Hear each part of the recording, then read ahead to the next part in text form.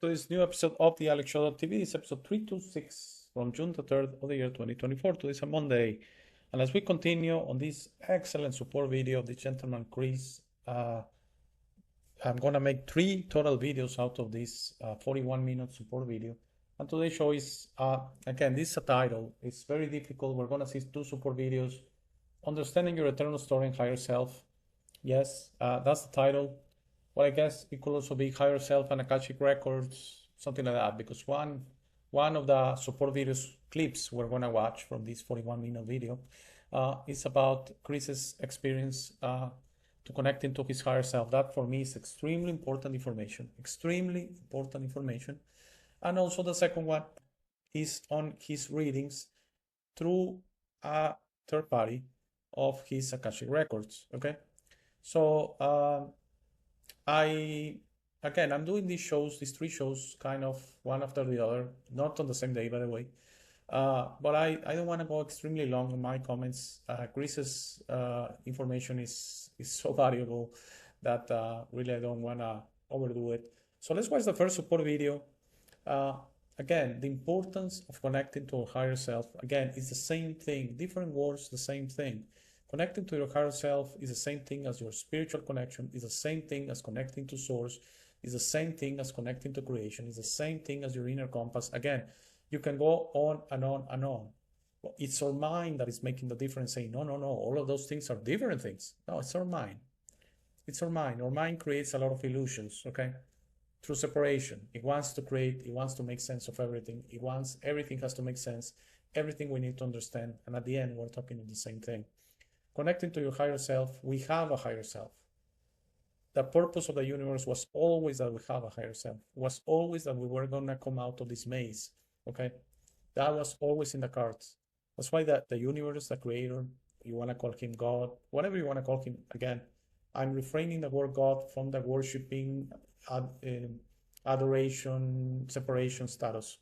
But whatever you want to call him, he always knew that everyone is going to come out of the maze and eventually become the higher self. So that's the goal. That's the golden ticket, okay? That's so beautiful what Chris is explaining, because connecting to your higher self is connecting to creation, is connecting to your final destination, is connecting to everything that the universe always expected from us, which is becoming this best version of us that is all to service to others. It's all to service to the unity. It's all to service to the light. It's this version that has evolved, that has matured, that has come home, okay? That's the best way I can describe it. You come home at the end. You go back to creation. You go back to the unity. So let's watch this beautiful support video, and I will continue giving you my thoughts. Again, it's like I've merged more with my higher self, and my higher self is doing more guiding. Let's just say, does that answer it? Yeah, absolutely. So what does it feel like to merge with your higher self? I'm trying to think the best way to describe it, right? Because it's not so much like with the Kundalini, this felt like a switch was flipped and this stuff happened, but the other changes are gradual, right? And so, I mean, I think one of the main things about, sort of how I feel is the perspective that I have now about, again, why I'm incarnated, why we are the big questions, why we're even here, and having a perspective on that I simply didn't have before, that we're all eternal beings and that our souls will incarnate again and again in different ways, in different dimensions, for the purpose of learning and expanding and understanding ourselves through incarnations. It's kind of the know thyself you think of as the physical self and your life and all that kind of stuff, and then there's the know thyself as the pre-incarnate self, the soul you, and going and having experience after experience after experience for the purpose of. Like I said, that's wonderful stuff, because connecting to your higher self is connecting to your best version. And yes, your soul, despite it's always perfect, it needs to find its own way.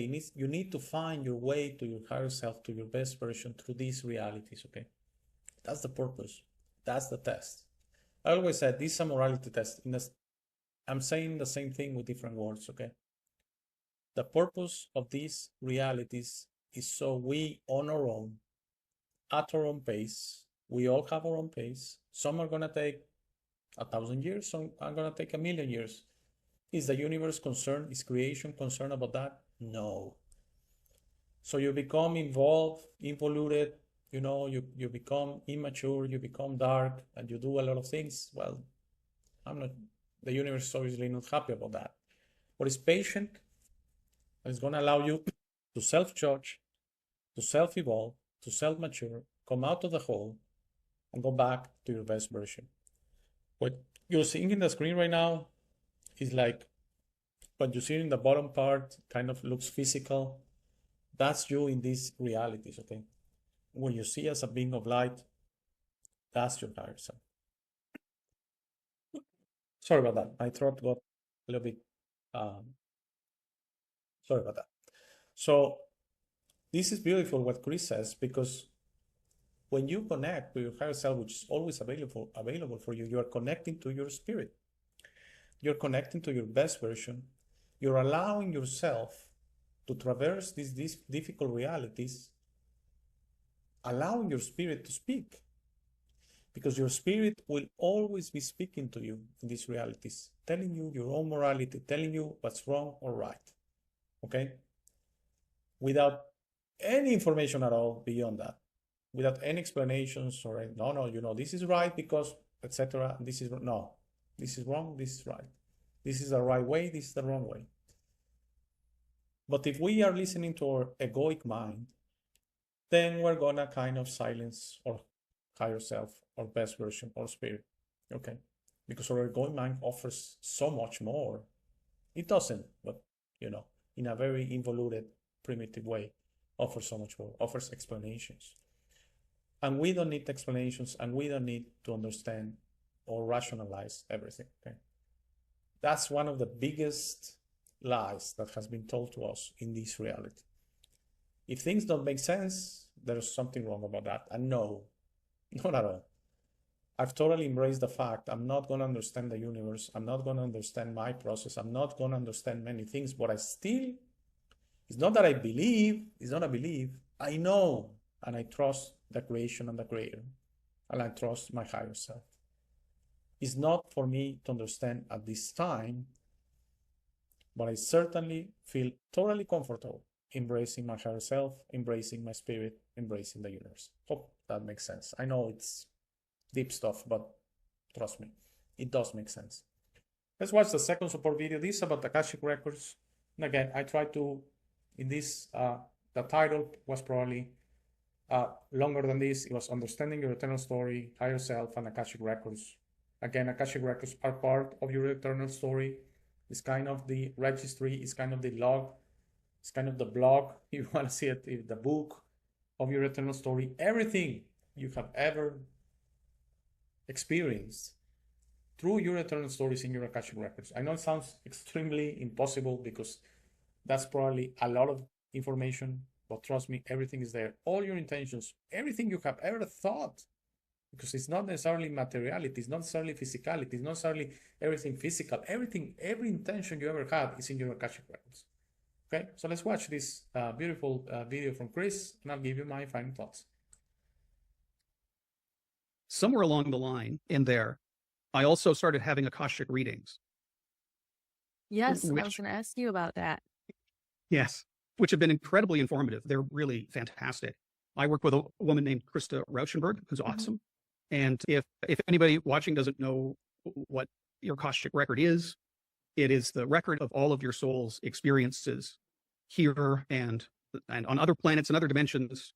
It is in your DNA. Apparently you can learn to enter your own. Very difficult to do.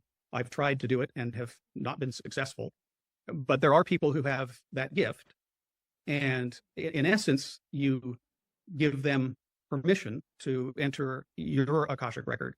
And then they act as an interpreter, so you can have a conversation more directly with your guides. And so that was actually one of the first things I did after I had the Kundalini awakening. A few months after that, I thought, okay, I'm gonna do one of these things. And it was, the information that came through told me immediately that it was legitimate. What was it? Okay. Again, not much to add to that. Akashic Records, as I shared, it's basically all your information from all your existences, of course, your past lives. But it's not only that, it's not only your karma, it's not only your actions, but it's everything is there in the Akashic records. So just think how amazing that is. Personally, I think there's 2 ways to go about it. There's probably 1,000 ways, so I'm not limiting myself to this. I think Akashic records, they have a local copy in the DNA. So remember, you probably have heard through school, through that biology classes in school, that there's a high percentage of DNA that is called junk DNA. That's because the mainstream scientists are not able to access it, okay? So they call it junk because they don't understand it. I think in that 98% of your DNA that is called junk, that's where your Akashic records reside in a very encrypted manner, open just to you, open just to your unconscious, okay? There's a reason that's not open to your conscious being, because that could make you crazy if you immediately altogether understand all your past lives, everything you have done. I don't want to pass judgment, but there's just looking at my life, what I know, I don't know all my lives. I know some of my past lives. And talking to others that have also accessed this information is so hard to understand what you have done, especially on the bad side, okay? So I think there's a reason that's on the unconscious, so it's not apparent to you. But for example, in something called regression therapy, you can access that. So you have to be careful, first of all, because that's through a therapist, and make sure you are with someone that you trust or is recommended or something, because that therapist, if he or she accesses your unconscious, then you could be in trouble, okay? They could implant stuff, they could extract stuff. There's so much. The other part, I think a much benign, much natural way to do it is through the actual accessing of the Akashic records, the Akashic readings, that is through SRT therapy, spiritual response therapy, also referred to as the pendulum therapy. So on that one, you're doing it with someone that knows to do the therapy, has some charts and that. It's very strange stuff, but your energy field is directing the therapy. So you are actually accessing, through the help of a therapist, your own Akashic records. So I don't know if that's the therapy that Chris had, or it's a 3rd, 4th, 5th, 6th way of accessing this information. But I know that one works very well. That one is much better than hypnotic regression that you have a therapist go you into an hypnotic state that accesses your unconscious, and then you don't know what you're going to find there, okay?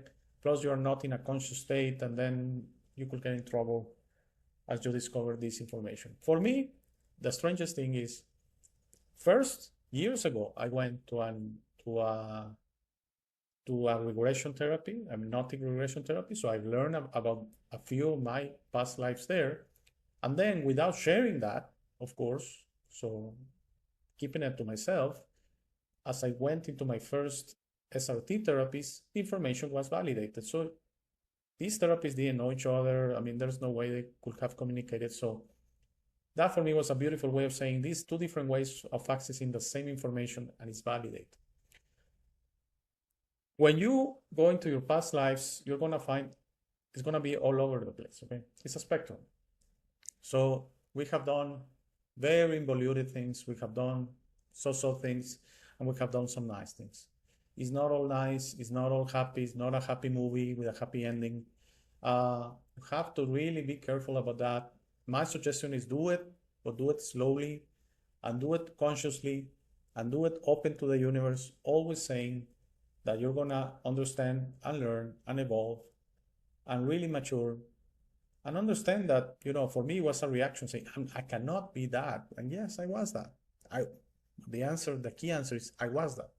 I have evolved. I have matured.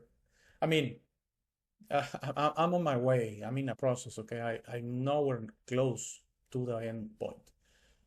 But there's some evolution that is so amazing, so strong, so really, it's almost like a movie. It's almost science fiction that you were that you have to understand you have come along some way, somehow. So this is something you really need to be careful. I mean, I suggested to do it, but do it slowly, do it maturely. The best way, in my opinion, is if it comes naturally. And it's how does it come naturally? Through dreams. A lot of your dreams are past lives. A lot of your dreams are telling you about past lives in a cryptic way, okay? Someone once told me, everything you see in dreams, you have seen it before. Makes a lot of sense, to be honest. So some dreams seem cryptic, some dreams seem like movies, some dreams seem like made up. Some dreams, or most dreams, or all dreams are actually your spirit trying to tell you something in that night sleep state where you actually detach from this reality.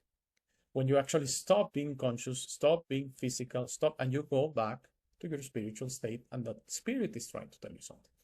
So listen to your dreams, embrace your dreams, sleep more. I've heard people that sleep 2 hours a night, 4 hours a night. Please sleep more, at least 8. In my humble opinion, I think we should do it half and half. But, when are we going to work and study? If we do 12 hours and 12 hours, but for me, that sounds balanced, okay? 12 hours sleep state, 12 hours conscious state. That looks very balanced to me. And just imagine if you had 12 hours to sleep every day of your life, you'll probably be stronger, clearer, I don't know. So I hope you enjoyed the show, this very deep stuff. We still have one more show from this support video from Chris to go. Everything's okay. I shall see you back on Friday for the last show of this series, 3-part series of this excellent support video from the gentleman Chris, which I'm gonna try. I cannot assure anything. I'm gonna try to get him on the show. Thank you. Have a great day. Thank you for making it to this part of the video. This is my favorite part. This is where I suggest to you that you discover yourself. You are not what you have been groomed to believe. You're this incredible being without limits that has eternal life, amazing strength, infinite wisdom, and a big, beautiful heart. All your limits are always self-imposed. Your best version in this reality is inside you. Your only mission on this life is to become a beacon of love and guidance. This version is ready to be discovered today. How do you discover yourself? The discovery process is a personal one. No one can do it for you. Dedicate 5 minutes a day to talk to yourself and the universe. Request to be connected and ask, who am I? Where do I come from? You will start getting signs, breadcrumbs, and signals. You will notice how your notions about those realities start disappearing. No more hierarchies, no more competition, no more complaining, no more depending on others. Discovering yourself equals to breaking your matrix. Your self-imposed limits will fall, and you will be ready to serve humanity and help break this spell and deception on us. But you must be patient to allow others to wake up at their time, through their own free will. That will be really soon, you will see, and that will start the new world. As you work towards your best version, you will notice how all emotions don't serve you anymore. Hate, fear, rage, pride, lust, envy, violence, justice, true violence, judgment of others, and other emotions will disappear from your mind and heart. You will understand those emotions serve only the evildoers and are not you. Please try to be understanding of others that don't think or feel like you. Everyone has a process. No one is right or wrong. We're all just different. Don't be concerned about being right, ever. Don't allow pride preventing you from patching things up with family and friends. It is very important you enjoy this life with your loved ones. Put in the work to patch things up and leave it to others to decide. Please relax and enjoy life. When everyone breaks their own matrix, humanity through our community consciousness will break the final spell. The new world will start and everything will gradually fall. Governments, hierarchies, and the medical and financial system will go from scarcity to abundance. Thank you very much for watching. Please share this episode. If you have any comments or suggestions, please use the comment section below. For private questions, conversations, and if you'd like to appear on the show, please email me at hey@thealexshow.tv. Thank you again. Please don't forget to visit our website www.thealexshow.tv. By giving me your time, you honor me. Have a very, very, very